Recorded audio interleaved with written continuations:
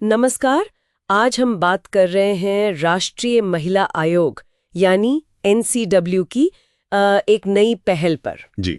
आयोग ने ना वित्त वर्ष 2025-26 के लिए महिला केंद्रित अनुसंधान को आर्थिक मदद देने की घोषणा की है। हाँ, ये घोषणा आई है। तो इसका मकसद तो साफ लगता है, यूनिवर्सिटीज, कॉलेज, एनजीओज और जो दूसरे संस्थान हैं उनके साथ मिलकर महिलाओं से जुड़े उन जरूरी मुद्दों पर रिसर्च को बढ़ावा देना। बिल्कुल।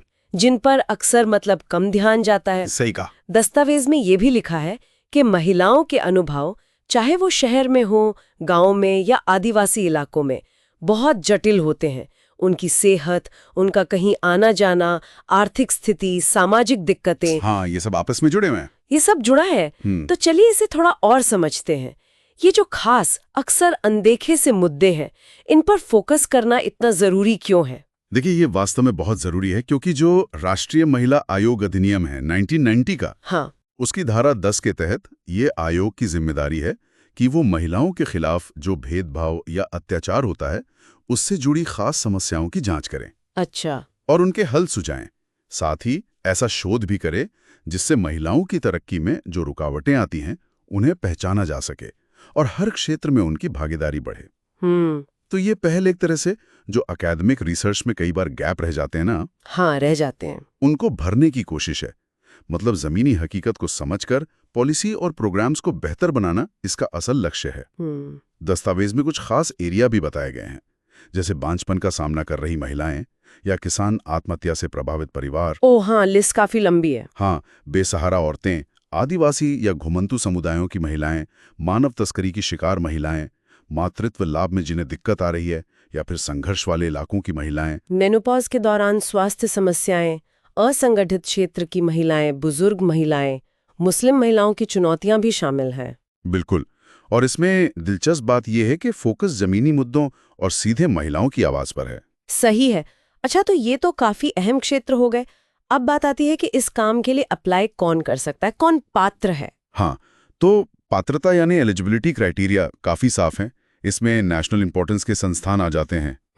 NAAC से जिन्हें B+ या उससे ऊपर की ग्रेडिंग मिली है, वो शिक्षण संस्थान। अच्छा। सरकारी ट्रेनिंग और रिसर्च संस्थान जिन्हें सर्वे करने का अनुभव हो, ICSSR जैसे निकाय, और रजिस्टर्ड सोसाइटी भी। और NGOs, उनके लिए क्या है? हाँ, NGOs भी अप्लाई कर सकते हैं, पर उनके लिए कुछ शर्तें हैं, जैसे कम से कम 5 साल से वो काम कर रहे हों, ठीक है, सर्वेक्षण का अनुभव हो, नीति आयोग में रजिस्टर्ड हो, और पिछले 3 साल की उनकी रिपोर्ट में महिलाओं के लिए काम दिखता हो, और बहुत जरूरी कि वो किसी सरकारी विभाग द्वारा ब्लैकलिस्टेड ना हो।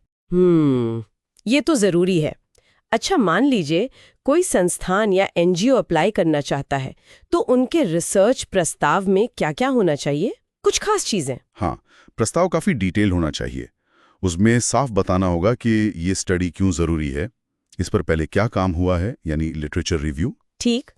रिसर्च के उद्देश्य क्या हैं, क्या सवाल हैं जिनके जवाब ढूंढने हैं, और पूरी रिसर्च मेथोडोलॉजी बतानी होगी। कैसे सैंपल चुनेंगे, कितने लोगों से बात करेंगे, डेटा कलेक्शन कैसे होगा, हाँ, कौन से तरीके अपनाएंगे, जैसे प्रश्नावली होगी या इंटरव्यू होंगे, उनकी चेकलिस्ट वगैरह। ओके। साथ में जो रिसर्चर्स हैं उनकी CV लगेगी और बजट का पूरा ब्यौरा देना होगा। और एक अहम बात, जो रिसर्च टूल्स हैं जैसे क्वेश्चनर या चेकलिस्ट, वो प्रस्ताव के साथ ही जमा करने होंगे। अच्छा, ये तो काफी तैयारी पहले ही करनी होगी। और कुछ प्रैक्टिकल बातें भी हैं इसमें, जैसे डेडलाइन। जी हाँ, आवेदन की आखिरी तारीख 8 जुलाई 2025 है। 8 जुलाई 2025, और आवेदन सिर्फ ऑनलाइन ही होगा NCW की वेबसाइट से। बिल्कुल, सिर्फ ऑनलाइन। और सबसे चौंकाने वाली बात, शायद रिसर्च पूरी करने के लिए सिर्फ 6 महीने का वक्त। हाँ, ये समय सीमा काफी खड़ी है। 6 महीने, ये तो बहुत तेज रफ्तार वाली बात हो गई। बिल्कुल, और ये 6 महीने भी बटे हुए हैं। पहले 3 महीने तो तैयारी के हैं। अच्छा, तैयारी में क्या क्या? जैसे एथिकल अप्रूवल लेना, टीम बनाना, उनकी ट्रेनिंग करना, एक छोटा पायलट सर्वे करके देखना, और अपने रिसर्च टूल्स को फाइनल करना। ये सब पहले 3 महीने में। और बाकी के 3 महीने? अगले 3 महीने फिर डेटा कलेक्शन, उसका एनालिसिस और रिपोर्ट लिखने के लिए। तो हाँ, समय तो वाकई कम है। इससे ये सवाल उठता है कि क्या इस कम समय के वजह से रिसर्च की गहराई पर, मतलब क्वालिटी पर असर पड़ने का खतरा नहीं है? इतने जटिल मुद्दे 6 महीने में। देखिए, ये चिंता तो जायज है। समय सीमा है तो कड़ी, इसमें कोई शक नहीं। अब ये शोधकर्ताओं पर निर्भर करेगा कि वो कितना फोकस बनाए रखते हैं और इस समय में कितना ठोस काम कर पाते हैं। हाँ, वो तो है। और शायद इसलिए आयोग ने फंडिंग का तरीका भी उसी हिसाब से बनाया है। हाँ, फंडिंग की बात आई है तो ये पैसा कैसे मिलेगा? क्या एक बार में? नहीं, एक बार में नहीं। ये अनुदान मतलब ग्रांट 3 किस्तों में मिलेगा। 3 किश्तों में? कैसे? पहली किस्त 20% होगी, वो मिलेगी जब एग्रीमेंट और एक अंडरटेकिंग जमा हो जाएगी। ठीक है। दूसरी किस्त 30% मिलेगी, वो तब मिलेगी जब पहले 3 महीने की प्रोग्रेस रिपोर्ट, पायलट सर्वे का एनालिसिस और खर्चों का प्रूफ जमा होगा। अच्छा, यानी काम देखकर पैसा मिलेगा। बिल्कुल। और जो आखिरी 50% है वो फाइनल रिपोर्ट जमा होने पर मिलेगी, लेकिन उससे पहले एक्सपर्ट कमेटी के सामने प्रेजेंटेशन देनी होगी, उनके सुझाव रिपोर्ट में शामिल करने होंगे और फिर जब रिपोर्ट मंजूर होगी तब फाइनल पेमेंट होगी। समझ गया। और एनजीओज और स्वायत्त निकायों के लिए एक और शर्त है शायद, बैंक गारंटी वाली। हाँ, उनको कुल अनुदान का 10% बैंक गारंटी के तौर पर भी देना होगा। तो ये जो पूरी प्रक्रिया है न किस्तों वाली, ये जवाबदेही सुनिश्चित करती है। इसका मतलब तो ये हुआ कि आयोग पूरी प्रक्रिया पर करीब से नजर रखेगा। जी हाँ, बिल्कुल। आयोग निगरानी के लिए एक समिति भी बना सकता है।